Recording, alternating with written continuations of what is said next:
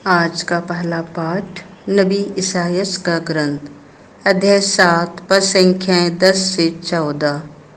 कुंवारी गर्भवती है।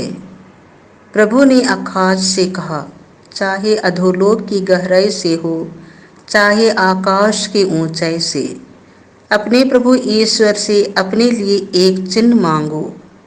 आकाश ने उत्तर दिया, जी नहीं, मैं प्रभु की परीक्षा नहीं लूंगा। इस पर उसने कहा, हे दाऊद के वंश, मेरी बात सुनो। क्या मनुष्यों को तंग करना तुम्हारे लिए पर्याप्त नहीं है, जो तुम ईश्वर के धार्य की भी परीक्षा लेना चाहते हो?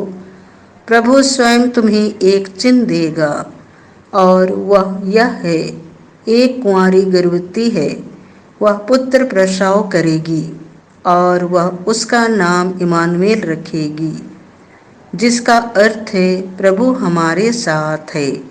यह प्रभु की वाणी है।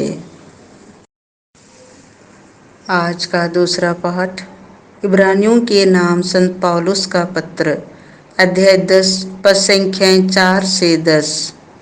हे ईश्वर, मैं तेरी इच्छा पूरी करने आया हूँ, जैसा कि धर्म ग्रंथ में मेरे विषय में लिखा है।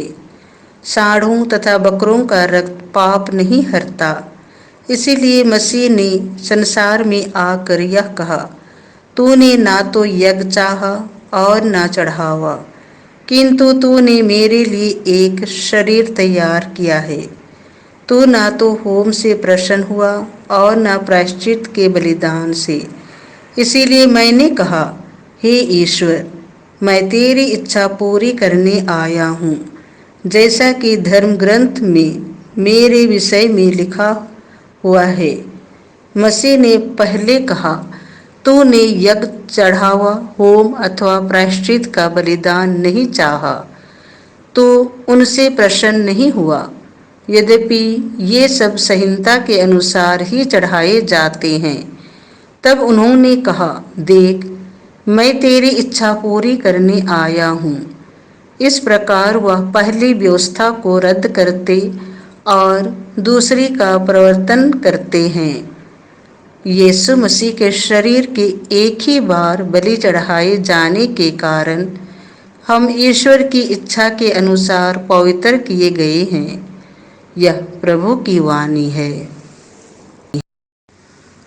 संत लुकस के अनुसार पवित्र सुसमाचार अध्याय 1 पद संख्या 26 से 38। देखिए, आप गर्भवती होंगी और पुत्र प्रसव करेंगी। सरदूत गाब्रिएल ईश्वर की ओर से गलीलिया के नाजरत नामक नगर में एक कुंवारी के पास भेजा गया, जिसकी मंगनी दाऊद के घराने की यूसुफ नामक एक पुरुष से हुई थी, और उस कुंवारी का नाम था मरियम। सरदूत ने उसके यहाँ अंदर आकर उससे कहा, प्रणाम प्रभु की कृपा पात्री, प्रभु आपके साथ है। वह इन शब्दों से घबरा गई और मन में सोचने लगी कि इस प्रणाम का क्या अभिप्राय है। तब स्वर्गदूत ने उससे कहा, मरियम, डरिए नहीं, आपको ईश्वर की कृपा प्राप्त है। देखिए, आप गर्भवती होंगी, पुत्र को प्रसव करेंगी और उनका नाम यीशु रखेंगी। वह महान होंगी और सर्वोच्च प्रभु के पुत्र कहलाएंगे। प्रभु ईश्वर उन्हें उनके पिता दाऊद का सिंहासन प्रदान करेगा। वह याकूब के घराने पर सदा सर्वदा राज्य करेंगे और उनके राज्य का अंत नहीं होगा। पर मरियम ने स्वर्गदूत से कहा, यह कैसे हो सकता है?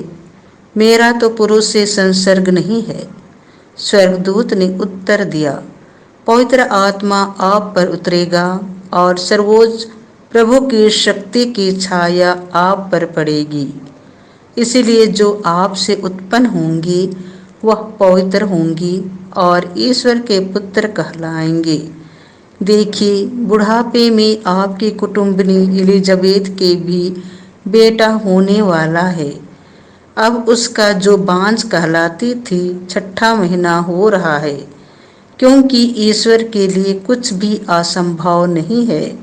मरियम ने कहा, देखिए, मैं प्रभु की दासी हूँ, आपका कथन मुझ में पूरा हो जाए। और स्वर्गदूत उसके पास से चला गया। यह प्रभु का सुसमाचार है।